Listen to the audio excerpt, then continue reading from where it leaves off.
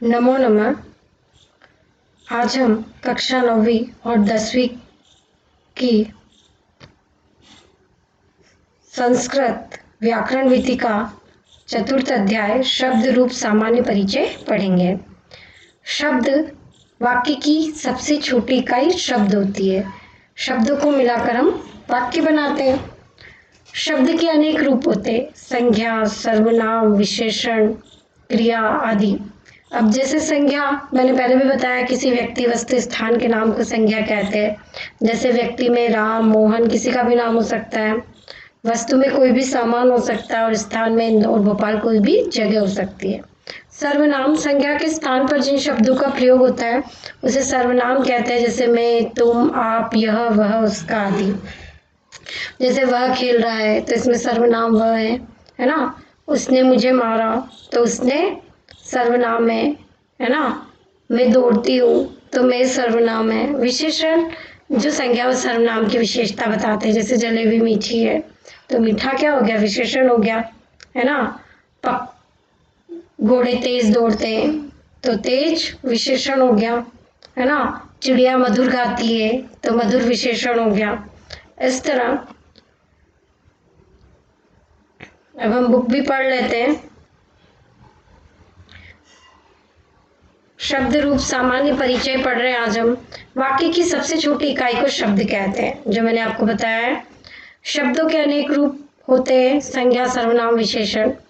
व्याकरण की भाषा में क्रियापदों को छोड़कर वाक्य के अन्य पदों को नाम क्या कहा जाता है। क्रियापद कौन से, जो भी हम कार्य करते हैं उसे क्रिया कहते हैं। जैसे पढ़ना, लिखना, खाना, पीना, सोना, उठना, बैठना, दौड़ना, चलना। जो कार्य हम करते हैं उसे क्रिया कहते हैं। पर इन क्रिया को छोड़कर जो भी है उन्हें नाम संस्कृत में कहा जाता है। संस्कृत भाषा में प्रयोग करने के लिए इन शब्दों को पद बनाया जाता है। संज्ञा, सर्वनाम आदि शब्दों का पद बनाने हेतु प्रथमा, द्वितीय आदि विभक्तियां लगाई जाती है। हिंदी में हम कारक पढ़ते हैं ना, कर्ता ने, कर्म को, करण से के द्वारा, संप्रदान के लिए, अपादान से अलग होने के लिए, संबंध का के अधिकरण में, पर संबोधन है, अरे। हिंदी में 8 कारक होते हैं और संस्कृत में 7 कारक, 7 विभक्तियां होती है। उन्हीं कारक को विभक्तियां कहते हैं। जो 8वीं होता है संबोधन, उसे प्रथमा में ही गिना जाता है। इन शब्द रूपों का प्रयोग पुल्लिंग, स्त्रीलिंग और नपुंसकलिंग। लिंग भी 3 होते हैं। पुल्लिंग यानी जो पुरुष का बोध कराते हैं, स्त्रीलिंग यानी जो स्त्री शब्दों का, नपुंसकलिंग यानी जो न पुल्लिंग होते हैं ना, स्त्रीलिंग होते हैं। एक वचन, द्विवचन, बहुवचन में भिन्न रूपों में होता है।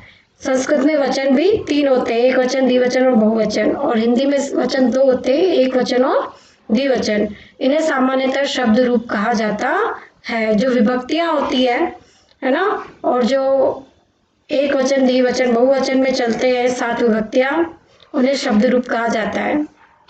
संज्ञा आदि शब्दों से जुड़ने वाली विभक्तियां 7 होती है, मैंने पहले ही बताया।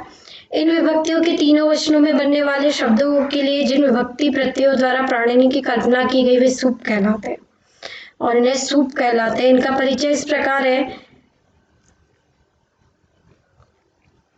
ये सूप जो है, पहले ऊपर हम विभक्ति लिखेंगे, फिर एक वचन, द्विवचन, बहुवचन।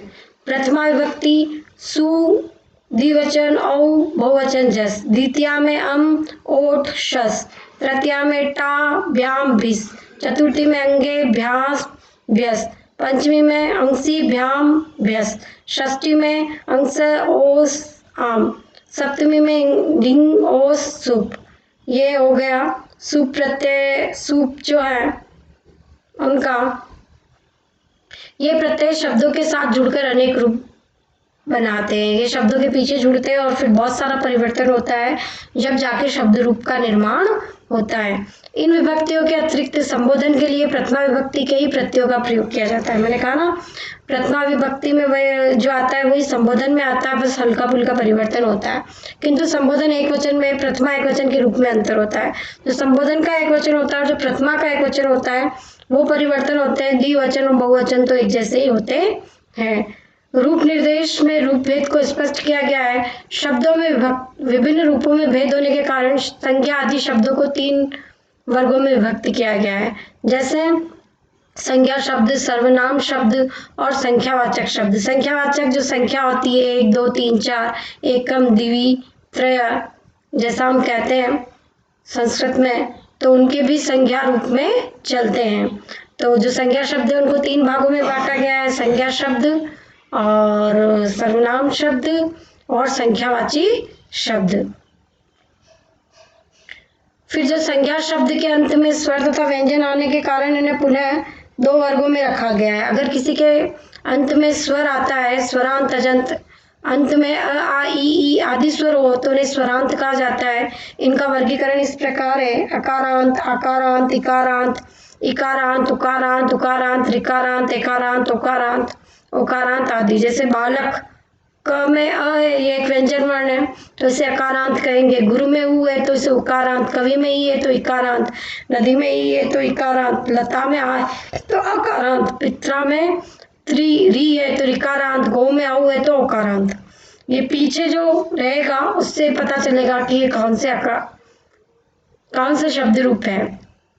व्यंजनांत यानी लास्ट में हलंत या व्यंजन शब्द बसते हैं, क च ट त प आदि व्यंजन होते हैं, उन्हें व्यंजनांत कहा जाता है। य गण य इन शब्दों को छोड़कर प्राय सभी व्यंजनों से अंत होने वाले शब्द पाए जाते हैं। इनमें च ज त इनमें हलंत लग रहा है, मतलब इनमें स्वर वर्ण नहीं है। अगर ये पूरे होते हैं तो ये अकारांत हो जाते हैं।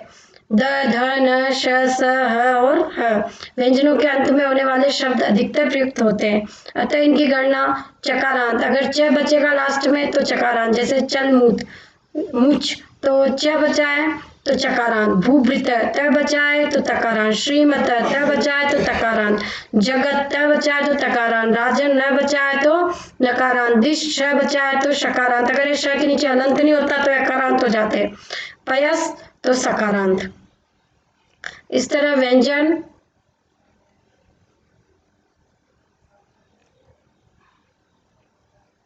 व्यंजन और स्वरांत स्वर जो होते हैं वो आप समझ गए होंगे कि स्वरांत स्वर में अकारांत, आकारांत, इकारांत, इकारांत, उकारांत, ओकारांत और ऋकारांत ये सब सम्मिलित होते हैं। और व्यंजन जो होते हैं उन व्यंजन में बाद में व्यंजन शब्द बसते हैं, वह व्यंजन होते हैं मतलब हलंत होते हैं। या आकारांत पुल्लिंग बालक, आकारांत स्त्रीलिंग बालिका, आकारांत नपुंसकलिंग फल और नकारांत पुल्लिंग राजन शब्दों के विभक्तियां के रूप दिए जा रहे हैं। अकारांत पुल्लिंग शब्द, अब देखिए बालक शब्द अकारांत है क्योंकि क में क्या है अ है, और ये अगर हलंत होता तो ये व्यंजन हो जाता, पर ये हलंत नहीं है, पूरा है। अब इसका एक शॉर्ट मैंने बनाया है, एक ट्रिक, जिससे आप अकारांत शब्द आराम से बालक की जगह चाहे कौन सा भी अकारांत आ जाए, आपके पास वृक्ष आ जाए, राम आ जाए, कुछ भी आ जाए तो आप इसका बना सकते हैं। उसका एक मैंने बनाया है चार्ट जो मैं आपको बताती हूँ कि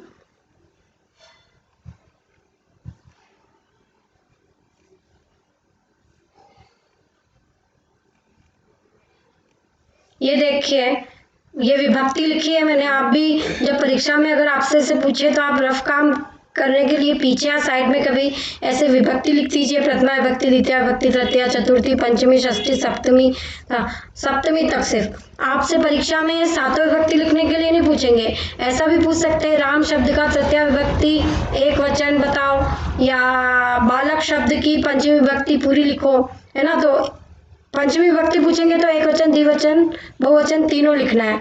तो वो आप कैसे करेंगे, देखो एक वचन में जो भी शब्द दे रखा हो, चाहे बालक दे रखा हो, राम दे रखा हो, वृक्ष दे रखा हो, कोई भी अकारांत शब्द दे रखा हो तो पहले शब्द के पीछे विसर्ग लगा दो। जैसे राम तो राम, बालक तो बालक, वृक्ष तो वृक्ष। तो आप ये याद रखो कि प्रथमा विभक्ति एक वचन में क्या लगता है पीछे, विसर्ग। प्रथमा विभक्ति द्विवचन में क्या लगता है, औ की मात्रा। प्रथमा विभक्ति बहुवचन में क्या लगता है, आ की मात्रा और विसर्ग, रामः, बालकाः, वृक्षाः, ऐसे।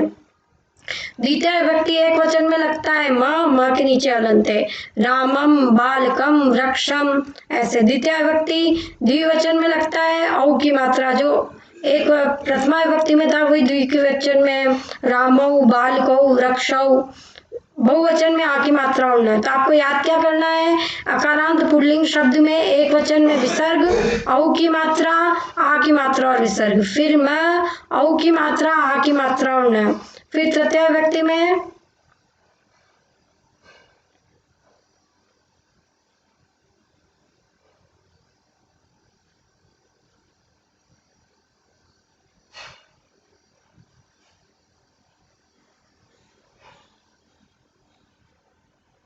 फिर तृतीय विभक्ति में एक ही मात्रा न या एक ही मात्रा न, जैसे रामेण, बालकेन, है ना। तो एक ही मात्रा और न जोड़ना है, या फिर ये बीच में डंडा खींचा, इसका मतलब या तो ये जुड़ेगा या ये जुड़ेगा।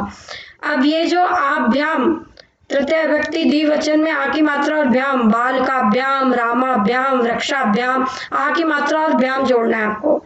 और तृतीय विभक्ति बहुवचन में एक ही मात्रा और विसर्ग, चतुर्थी विभक्ति एक वचन में आ की मात्रा और यह, चतुर्थी विभक्ति द्विवचन में आ की मात्रा और भ्याम, चतुर्थी विभक्ति बहुवचन में एक ही मात्रा और भ्य, पंचमी विभक्ति एक वचन में आ की मात्रा और द्विवचन में आ की मात्रा और भ्याम, बहुवचन में एक ही मात्रा और भ्य, षष्ठी विभक्ति में आदस्य और यस्य, षष्ठी विभक्ति द्विवचन में योह, षष्ठी विभक्ति बहुवचन में आ की मात्रा नाम या आ की मात्रा या नाम, जैसे रामा नाम, बालका नाम, या तो नाम जुड़ेगा या नाम, आ की मात्रा आई है।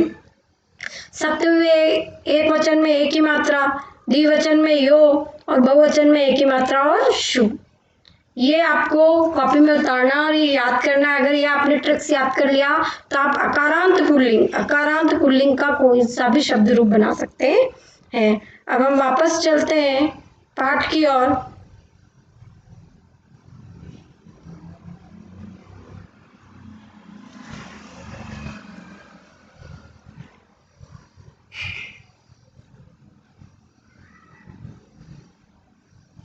तो देखिए मैंने जो बताया, बालक, राम, ये विसर्ग जुड़ा है, फिर इसमें औ की मात्रा, इसमें आ की मात्रा और विसर्ग, इसमें म जुड़ा है, इसमें औ की मात्रा, इसमें आ की मात्रा और न, इसमें ए की मात्रा और न, इसमें आ की मात्रा और भ्याम, इसमें आई की मात्रा और विसर्ग। किसी भी शब्द के साथ आप ये करके देख सकते हैं।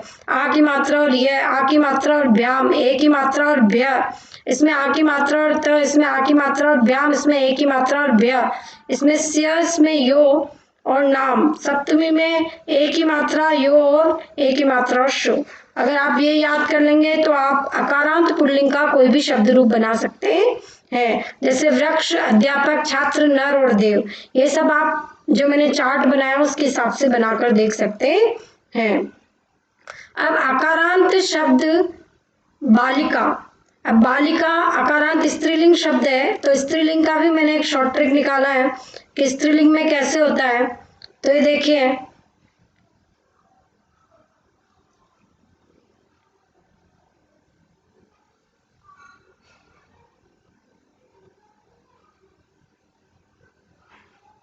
ये अकारांत स्त्रीलिंग है ना। अकारांत स्त्रीलिंग होता है तो आपको पहले विभक्तियां तो ऐसी उतार लेनी है याद करने के लिए। एक वचन, द्विवचन, बहुवचन भी लिख देना है। अब प्रथमा विभक्ति में मूल शब्द आ जाएगा, जैसे रमा है तो रमा आ जाएगा, लता है तो लता आ जाएगा, जो भी मूल शब्द होगा वो आ जाएगा। द्विवचन में एक ही मात्रा लग जाएगी, जैसे लते, रमे, जो मूल आ की मात्रा है वो हट जाएगी और सिर्फ एक ही मात्रा लग जाएगी। बहुवचन में आ की मात्रा और विसर्ग, जो मूल शब्द है जैसे रमा विसर्ग है ना, लता विसर्ग जुड़ जाएगा। द्वितीय विभक्ति में आ की मात्रा और म, लताम, रमाम, है ना, बालिकाम। द्विवचन में बालिके, रमे, वो का वही आ की मात्रा हटके ये लग जाएगा। बहुवचन में बालिका, रमा विसर्ग जुड़ जाएगा। तृतीय विभक्ति एक वचन में या जुड़ जाएगा, बालिका, बालिकाया, रमाया, ऐसे। इधर आ की मात्रा भ्याम, बालिकाभ्याम, रमाभ्याम, इधर आ की मात्रा भी, बालिका भी, रमा भी। चतुर्थी विभक्ति में आ की मात्रा और ये, बालिकाए। द्विवचन में बालिकाभ्याम, आ की मात्रा भ्याम, बहुवचन में आ की मात्रा भ्य। पंचमी में आ की मात्रा यह, बालिकायाः, द्विवचन में आ की मात्रा भ्याम, बहुवचन में आ की मात्रा भ्य। षष्ठी में आ की मात्रा यह, बालिकायाः, यो, बालिकयो, रामाणाम, बालिकाणाम। इसी तरह सप्तमी विभक्ति में बालिकायाम, आ की मात्रा और याम जुड़ेगा, बालिकयो और बालिकासु। ये आप कॉपी में उतार कर किसी भी शब्द रूप का आप इससे कर सकते हैं। अब हम वापस चलते हैं बुक की ओर। ये देखिए आ की मात्रा मूल शब्द ऐसे का ऐसे ही, बालिका मूल शब्द है बालिका, यहाँ पर लता होता तो लता, रमा होता तो रमा, मूल शब्द है, प्रथमा विभक्ति एक वचन में आता है। द्विवचन में एक ही मात्रा जुड़ जाती है, बालिके, रमे, लते हो जाता। यहाँ विसर्ग जुड़ जाता है, बालिका, लता, है ना, रमा हो जाता है। यहाँ आ की मात्रा और मैं बालिकाम, लताम, है ना, ए बालिके, लते। इसी तरह ये उस चार्ट के हिसाब से आप किसी का भी शब्द रूप बना सकते हैं, लता, बाला, विद्या, ये सब आप बनाकर देख सकते हैं। अब नपुंसकलिंग में जो प्रथमा विभक्ति और द्वितीय विभक्ति है वो एक जैसे चलती है, म एक ही मात्रा और आनी जुड़ता है। फलम फले फलानी, है ना, फलम फले फलानी। और तृतीया से जो सप्तमी विभक्ति होती है, जैसे अकारांत शब्द पुल्लिंग होते हैं वैसे के वैसे ही एक की मात्रा और न जोड़ दिया, आ की मात्रा अभ्याम, ए की मात्रा और विसर्ग, आ की मात्रा और ये, आ की मात्रा अभ्याम, ए की मात्रा और भ्य, आ की मात्रा और त, आ की मात्रा और अभ्याम, ए की मात्रा और भ्य, स्य, यो, नाम। ये देखकर स्य जहाँ लगाओ षष्ठी विभक्ति एक वचन। अगर आप ऐसे याद करेंगे तो ऐसे भी अगर आपको शब्द रूप देकर पूछे तो आप उसका बता सकते हैं। अब मित्र का बनाओ तो मित्रम मित्रे मित्राणी, मित्रम मित्रे मित्राणी। अब फिर तृतीय विभक्ति में एक ही मात्रा और न जोड़ो, मित्रेण, फिर मित्राभ्याम, मित्रेभ्य। आप इसे बना सकते हैं। अकारांत नपुंसकलिंग शब्दों में तृतीय विभक्ति से सप्तमी विभक्ति तक के अकारांत पुल्लिंग शब्दों के रूपों की भांति होते हैं। अन्य अकारांत पुल्लिंग शब्द के रूप इसी प्रकार होंगे। जो मैंने चार्ट बताया है आपको, अगर आप वैसा चार्ट बना लेंगे और वो याद कर लेंगे तो आप किसी भी शब्द रूप का याद कर सकते हैं। इसी तरह नकारांत पुल्लिंग शब्द राजन, इसका मैंने नहीं बनाया, इसका भी मैं बनाने वाली थी। अगर आपको सीखना है तो आप कमेंट्स बॉक्स में कमेंट्स कीजिए तो मैं बनाऊंगी। राजा मूल शब्द राजन का राजा, फिर राजनो राजना, द्वितीया राजनम राजनो राज्ञ, तृतीया राज्ञा राजाभ्याम राजभी, चतुर्थी राज्ञे राजभ्याम राजभ्य, पंचमी राज्ञ राजभ्याम राजभ्य, षष्ठी राज्ञ राज्ञो राज्ञाम, सप्तमी राज्ञिया राजनी राज्ञो राजसु। हे राजन, हे राजनो, हे राजान। ये नकारांत शब्द हो गया। तो ये शब्द रूप हमने पढ़ लिए हैं कि कैसे होता है। अब पाठ्यक्रम में निर्धारित शब्दों के रूप परिशिष्टतः अधोलिखित स्वरांत व्यंजनांत सर्वनाम शब्दों के स्वरांत लता, मुनि, पति, भूपति, नदी, भानु, धेनु, मधु, पितृ, गो, ध्यो, नो, अक्षी, इनका आपको लिखना और याद करना है। व्यंजनात् भवत्, आत्मन, विध्वंस, चंद्रमस, वाच, गच्छत्, पूम, पथिन, गिरि, अन और पयस, ये व्यंजन है। सर्वनाम सर्व, तत्, तत्, एतत्, किम, इदम, अस्मद, युष्मद, अदस, ईदृश्य, कतिपय, उप और कीदृश्य। संख्या शब्द एक, द्वि, त्रि, चतुर, पंचन आदि। अब हम इसके प्रश्न उत्तर करेंगे। अभ्यास के प्रश्न उत्तर देखिए। पहले जल पवित्रम वर्तते, गंगा का षष्ठी विभक्ति मांगी है इन्होंने, षष्ठी विभक्ति एक वचन। इदम कार्यम कृतम, बालिका का तृतीय विभक्ति बहुवचन। प्रातः भानु उदयति, गगन का सप्तमी विभक्ति एक वचन, गगने आ जाएगा यहाँ। दुग्धम मधुरम भवति, धेनु का षष्ठी विभक्ति एक वचन। नोकिया तरती, नदी का द्वितीय विभक्ति एक वचन। वंचासी सम्मानीय, विध्वंस का षष्ठी विभक्ति बहुवचन। ये जो कोष्टक में लिख रखा है ये लिखना है। भवत का पुल्लिंग द्वितीय विभक्ति एक वचन। गच्छत का तृतीय विभक्ति एक वचन। गच्छेत एक ही मात्रा लग जाएगी। बालकेभ्य एतत् पुल्लिंग तृतीया बहुवचन और तत् स्त्री प्रथमा बहुवचन। अब देखिए मैंने इनके आंसर लिखे हैं इधर।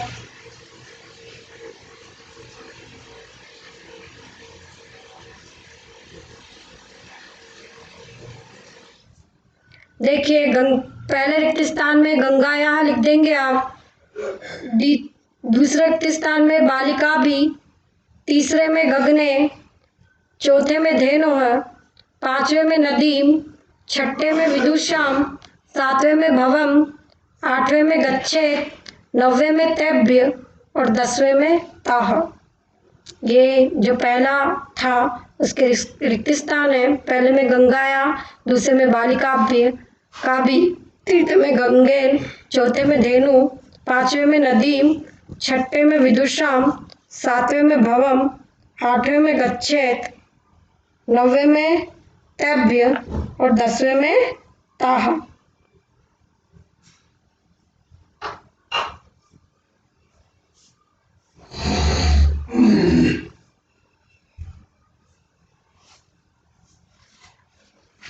अब हम चलते हैं दूसरे प्रश्न उत्तर की ओर।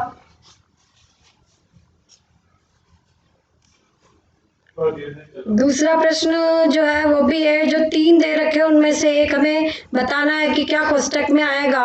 प्रश्न कहता है कोष्टके प्रदत्त प्रदेभ्य समुचित पदम चित्वा वाक्यानि पूरयेत्, कि जो कोष्टक में दे रखे हैं इनमें से एक चुनकर इसमें लिखना है। उत्तम कार्याणि कुर्मः, तो इसमें आएगा वयम, है ना। प्रकाश, ये वयम जो लिख रखा है इसे आप यहाँ लिखेंगे। प्रकाश ग्रीष्म काले प्रचंड, तो दूसरे में आएगा भानुम। शीतलता ग्रीष्म काले सर्वेभ्य रोचते, शीतलता ग्रीष्म काले सर्वेभ्य रोचते, इसमें आएगा चंद्रमसा। बहवः गुणा सन्ति, इसमें आएगा मधुनी। तपसम फलम लभन्ते, इसमें आएगा मुनियः।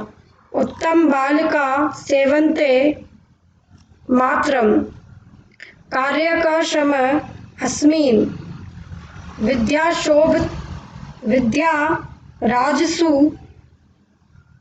राजसु शोभते नहीं धनम। बालकानत्र अहयाम सर्वान,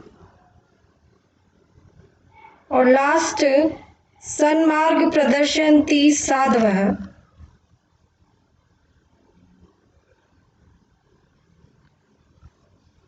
ये पाठ हम यही ख़त्म करते हैं। अगर आप मुझे से आगे का पाठ भी पढ़ना चाहते हैं तो मेरे वीडियो को ज़्यादा से ज़्यादा लाइक कीजिए, शेयर कीजिए और दूसरे बच्चों तक पहुंचाना ना भूलें। अगर ये ज़्यादा से ज़्यादा बच्चे देखेंगे और अगर आपको कुछ समझ में नहीं आता है तो आप कमेंट्स बॉक्स में जाकर नीचे कमेंट भी कर सकते हैं। Thank you.